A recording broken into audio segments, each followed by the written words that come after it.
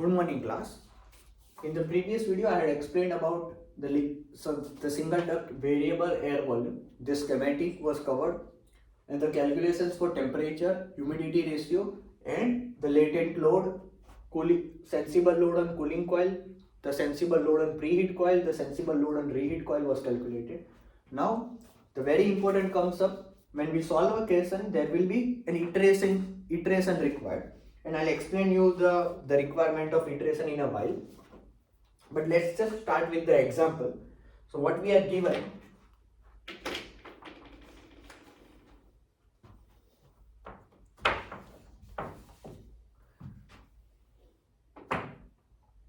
so the given conditions are, or the given values are, the area of the interior zone is 1 lakh feet square. For the exterior zone, the area is 50,000 feet square.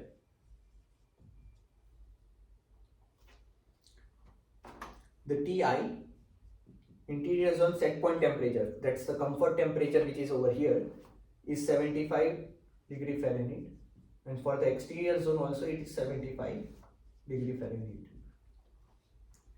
Then the TCL is 55 degree Fahrenheit. My TOA is given as 40 degree Fahrenheit, and the wet bulb temperature of the outside air is 39 degree Fahrenheit. So for the outside air, we might be given different combination of conditions. We obviously will have the outside air dry bulb temperature, but for the humidity calculation or the latent part of it, we might be given with the wet bulb temperature or the relative humidity, and based on those two values, we can calculate the value of the other values like the humidity ratio. But the one which is important is humidity ratio only. So using these two conditions, my humidity ratio of the outside air is calculated as 0.0047. This can be done using some online calculator or using the psychrometric chart. S-ray psychrometric chart is suggested. Then for the outside air volume, it is given as 14 CFM per person. And for the number of people, for the occupants, it is given as 150 feet square per person. So using this value, we can find out the area. Using the area and this occupancy, we can find out the total number of people, and using the total number of people, we can find out the volume of the outside air. The total volume, design volume, is 150,000 CFM. The load are given, so QI, sensible load in the interior zone, is given as 920,000 BTU per hour, and the exterior zone sensible load is given as 96,000 BTU per hour. Those are the load values which are given.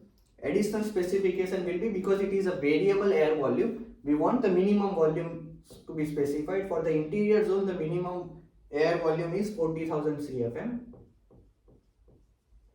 and for the exterior zone, it is 20,000 CFM. Then the latent load are given. Just make a line to separate things. Q, in the interior zone, the latent load is given to us as 3 lakh BTU per hour, and the exterior zone latent load is given as 1,50,000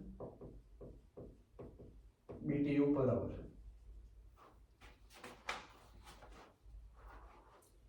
The motor which is used for the fan, the efficiency of the motor is given as 95%.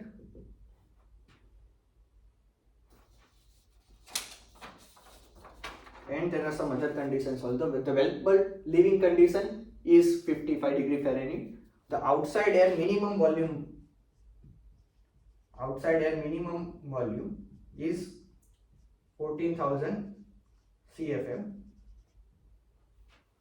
Omega CL wet for the cooling coil wet condition. So this value is directly given. If the value is not directly given, then the relative humidity will be given to us.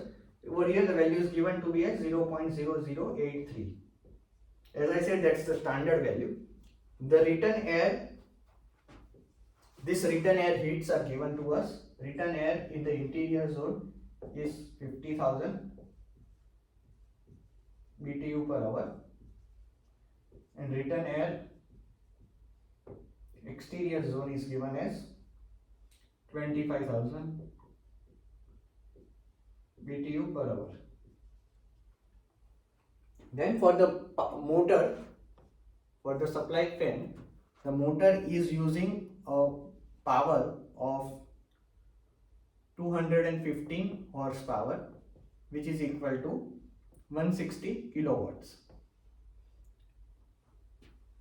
There is the fan efficiency is given, but fan efficiency is already incorporated, so fan efficiency is given to be as 70%.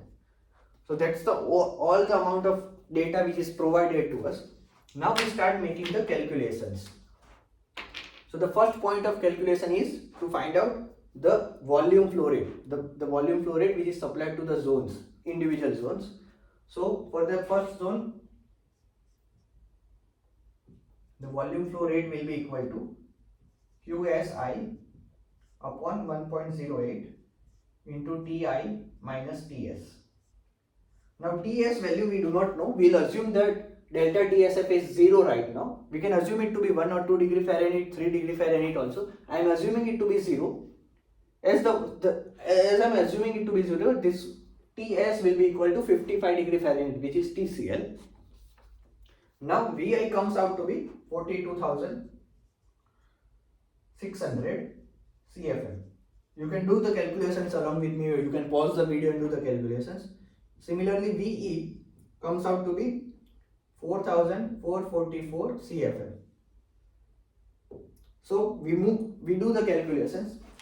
We do the calculation for the volume flow rate. The Vi comes out to be 42,000, which is greater than the minimum. So no problem. My Vi will be equal to this value. But the Ve is 4,444, which is less than this. So my Ve comes out to be less than Ve minimum. And if you remember, the condition now will be that we need to at least supply the minimum volume of the air, and hence my Ve will be equal to, V will not be equal to 4,000 now, V will be equal to 20,000. So now we have the volume flow rate for both. So the total volume can be calculated as 42,600 plus 20, which is 62,600 CFM. Now the second case, that's the first thing which we have calculated. Second thing which we have calculated. The third calculation is based for, the third calculation will be TRI, so the return temperatures.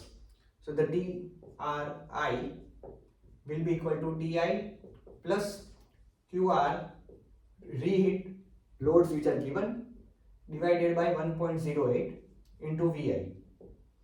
So TRI comes out to be 76.09 degree Fahrenheit. Similarly, TRE, using all the same values which we already have, the TRE comes out to be 76.16 degree Fahrenheit. That's fine. Okay, we have the two TR values. The fourth calculation is the total TR. That's the overall, using the mixing of these two. So the TR will be equal to TRI summation of, will be equal to TRI Vi plus TRE VE upon VT, and the TR comes out to be 76.11 degree Fahrenheit. Okay, so we have this temperature, everything known to us. Now next calculation is for XOA, which is the outside air fraction, which is VOA minimum upon VT So the XOA is XOA minimum, and this is 14,000 upon 62,600. VT we just calculated there, and the XOA comes out to be 0.226. Now let's assume there's no economizer or nothing is there. So my TMA will be equal to TR plus XOA into TOA minus TR.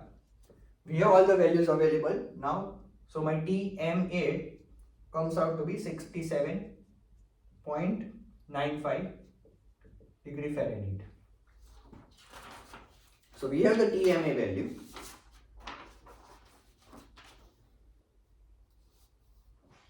Now let's calculate the supply air temperature, TS. So we have all the values. Now TS is unknown to us.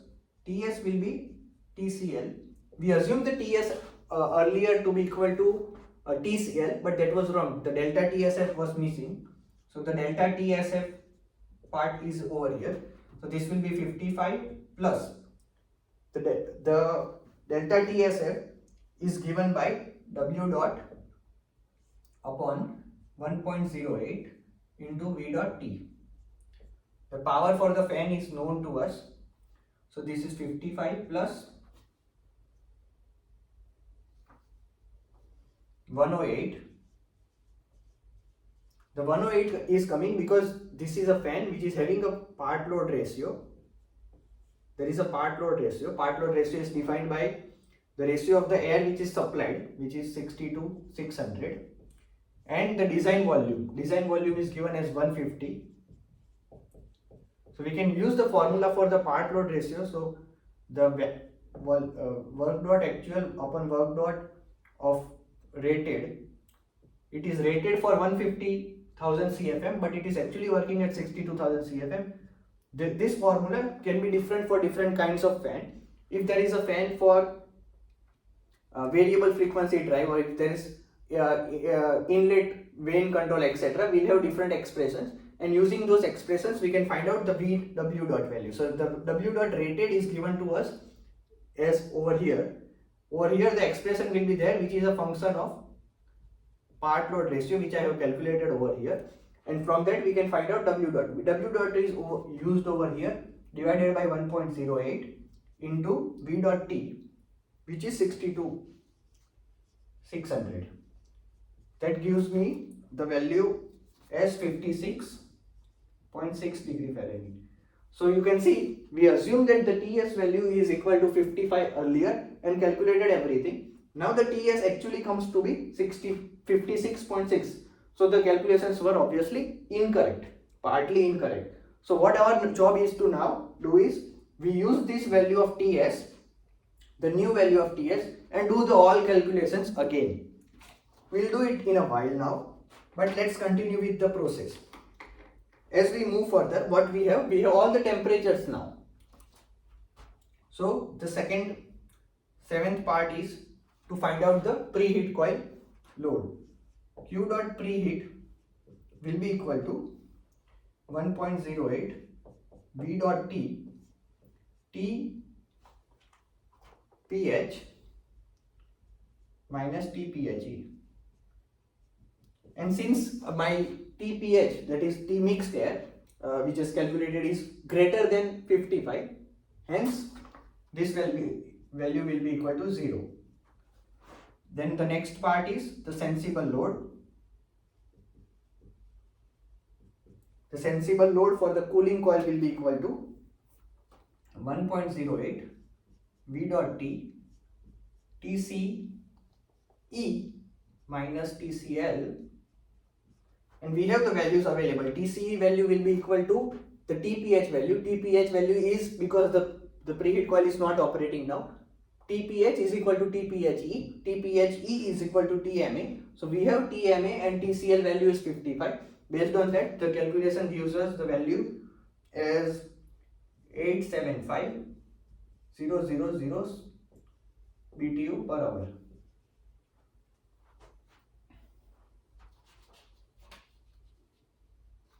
Now the reheat load has to be calculated.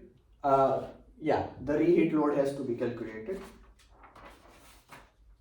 For the first zone, the volume was perfectly matching, so hence there will be no reheat load. For the second zone, we have the minimum volume which is less than the actual volume less than the minimum, hence we corrected the volume, hence that the second zone will only have my reheat load. So now ninth, reheat load in the interior zone will be 0 and the reheat load in the exterior zone will be calculated using 1.08 V dot exterior zone TS I minus TS. The TSI is to be calculated. TSI will be equal to TSE, sorry, this will be TSE. TSE minus Q sensible in the exterior zone divided by 1.08 into VE minimum. Using that, my TES comes out to be, sorry, this is E. TES comes out to be, TSE or TES, doesn't matter, that comes out to be 70.56 degree Fahrenheit. Using that value, I will calculate the value of QRHE, which comes out to be 336,000 BTU per hour. Right, we have done most of the calculations. Now the last part of calculation is here.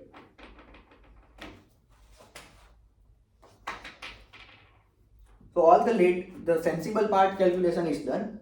Now we want to do the latent part calculation. So we do the latent part of calculation over here, which is in the small space available to us.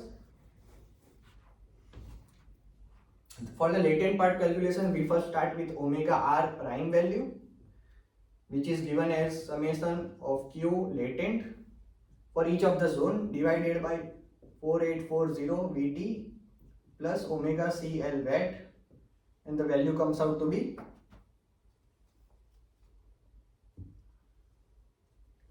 0.0099. For the dry coil part, the formula is very much similar. Over here in the denominator we have XOA into Vt plus omega OA, and this value comes out to be 0.0113. That means the minimum value has to be taken. So the omega r is the minimum of omega r prime and omega r double prime, and this is the minimum, and this indicates that my coil is wet because that's a wet coil condition. Now omega ma is to be calculated. Omega ma will be, so we have reached over here, that comes over there, the outside air and return air mix, and the mixed air is generated. So the mixed air condition will be return air plus XOA into omega OA minus omega R. This gives me the value of omega ma will be equal to 0.00872. Now the latent load Q latent on the cooling coil will be 4840 V dot T omega CE minus omega CL. And I'm so sorry, I'm just making some things very messy. Omega CE will be equal to omega PH is equal to omega PHE is equal to omega MA, because preheat coil doesn't change any condition of the humidity. So the humidity of mixed air is equal to the humidity of the cooling coil entering location. Cooling coil leaving location is omega CL wet. There are two conditions. If the omega CL wet is less than omega CE, or omega CL wet is greater than or equal to omega CL, omega CL wet is greater than omega CE entering. So if my omega CE and the entering location, if my humidity is greater than the leaving, then I will have a positive value for that. If my omega C is less than the omega CL wet, that is at the entering location my humidity is already lower than the leaving location, then I will have a negative value which will be converted to 0. So if the positive value comes, we retain the value. If negative comes, we set it to 0. Over here, the latent load comes out to be 127,000 BTU per hour. Right? So we have done all the calculations. We have the preheat load, sensible load, latent load of the cooling coil, and reheat, interior zone, exterior zone. All the loads are calculated. Now the only thing we want to mention is the cooling coil total load, which is QC, cooling coil total load, which is 1002,000 BTU per hour.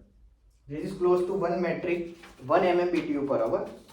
And the reheat coil total load, adding up these two will be obviously the only one factor is available, which is 336,000 BTU per hour.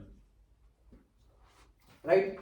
Now, as I said, because the TS which we assumed in all these calculations, all the calculations done till now was 55 as per our initial estimate. But in the process, we also figured out that the TS actually should be 56.6 degree Fahrenheit.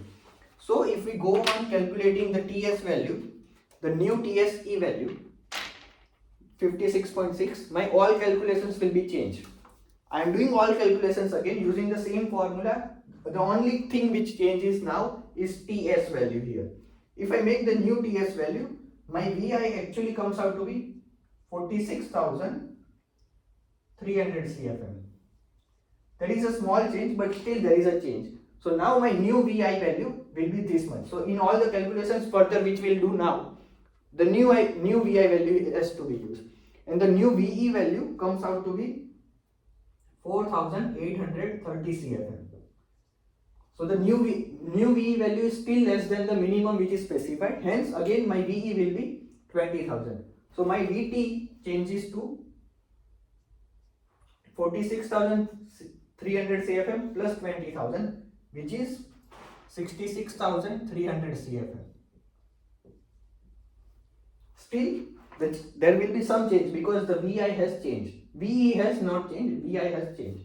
So my TRI will be, the new TRI will be equal to 76.16 degree Fahrenheit.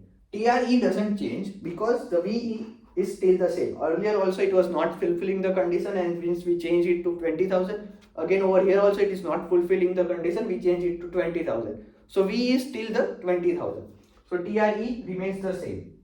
It remains the same. My TR will change because the TRI and VI has changed. My new TR value comes out to be 76.05 degree Fahrenheit. That is a small change because the VI has changed.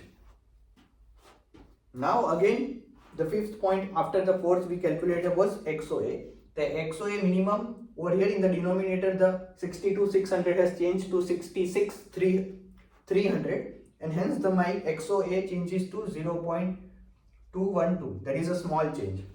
Again TMA will be changed. TMA comes out now to be, the only change is XOA, TR and XOA. So this value comes out to be 68.48 degree Fahrenheit. That is small change, but at least we are doing an iteration to get to the more closer estimate. Now I calculate the TS value. The TS value, this value remains the same. Only change is 60/600, and obviously the part load ratio. In the part load ratio calculation, 60/600 will change to 66,300, and based on that, this, because it is a function of part load ratio, this numerator value also changes. The numerator value now comes out to be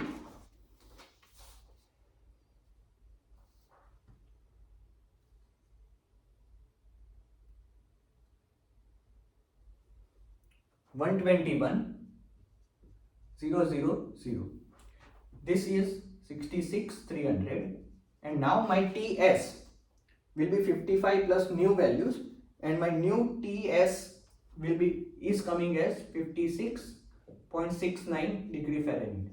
So from the first iteration to second iteration there is a small change. So now 56.6 to 56.69, there is not much of a change, and hence we will not go for the third iteration. If you want, you can still go for the third iteration, do all calculations again, but it will not make a much of a difference. It is important to understand it will not make much of a difference. It will not make any difference actually, because all the sensors and everything which we have, the sensors which will detect the temperatures over here, or the flow dampers which will control the volume, or the sensors which will measure the temperature and the relative humidity of the air which is here or the outside air, only have an accuracy for 1 decimal place. That means it can only make a measurement of maybe 68.1 degree Fahrenheit. It can't say 1.2 degree Fahrenheit or 1.3. It will not differentiate between this. It will all say this as 68.1 degree Fahrenheit only. So it will not, any change in the second decimal place doesn't make any change into the calculation. Even if it is making any change into calculation, it doesn't make into the performance of our AHU, because of the limitations of our sensors. So now my TS has changed. Now the next part is to calculate the TPH. Obviously it still comes out to be 0. My sensible load will be, the new sensible load comes out to be 959.30 BTU per hour. The reheat in the interior zone is still 0, because it is exactly fulfilling the condition. It is still fulfilling the condition for the minimum air. For the exterior zone it will be changed. So over here this value is available, this value is available, the minimum value is still same, so this remains the same. Over here in this formula for the reheat, for the exterior zone, the temperature difference is still same, but the amount of volume flow is also same. So this reheat load for the exterior zone remains the same.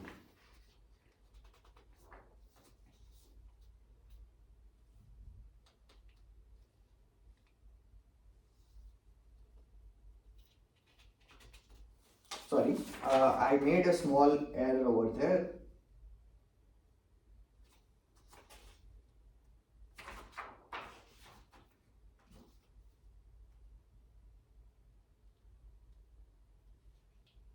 Okay, there's no error, and hence we continue. I'll just look at the previous one. Okay.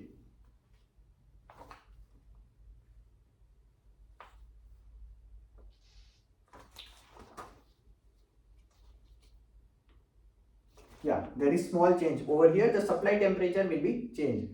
The supply temperature has changed. So the supply temperature now has changed. Because of that, the value will change to 302,000 BTU per hour. All other temperatures and the volume is still same, because the volume is still the minimum volume which we have noted, 20,000. The supply temperature doesn't change because this volume has already been minimum in the previous iteration, and other temperature and the load are same. But still the value of reheat coil load has changed. Over here the calculations will be changing slightly. The omega R value, this new omega R prime, when it is wet, comes out to be 0.00970. When it is dry, this value comes out to be, only changes in this VT value and the XOA value. This comes out to be 0.0113. Omega R minimum will still be this value, which will be 0.00970. Omega MA comes out to be 0.00864. Now we are over here. Still omega CE, which is the entering location, is this much, 0.00864 is greater than 0.0083, which is the wet bulb condition which is given to us. Hence there will be some latent cooling load. VT is given 66,300. CE is over here calculated. CL wet will be equal to, CL wet is already given to us, so this CL is the CL wet value. The latent load comes out to be 10930 BTU per hour. Okay, I'm not writing the unit because it is so messy now, and I'm very sorry, but I hope it is clear because I'm using different color markers. Now we are just left to write the total cooling load and reheat load. So the total cooling load will be the sensible load which is here and the latent load which is there.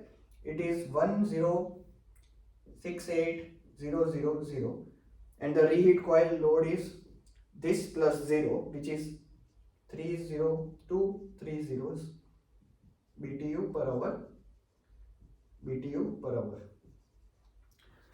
So I have done all the calculations in front of you and solved whole question for you. So it is pretty much clear, and the need for iteration is also clear. In the iteration, what values change? The TS value is changed because of this, and after the TS, all the volume values have changed. And I have done the all calculations again, and we can see that the total cooling coil load has changed significantly. There is 66,000 BTU per hour change, and for the reheat also there is a change of 34,000 BTU per hour. So there is considerable amount of change, that is maybe 5 to 7% of change, and hence it is good enough to do at least two iterations. But the prettier or better idea could have been, we already take the TS value to be 2 degree the delta TSF value to be 2 degree Fahrenheit, and start with the calculation of delta TS as 55 plus 2, which is 57. That could have been a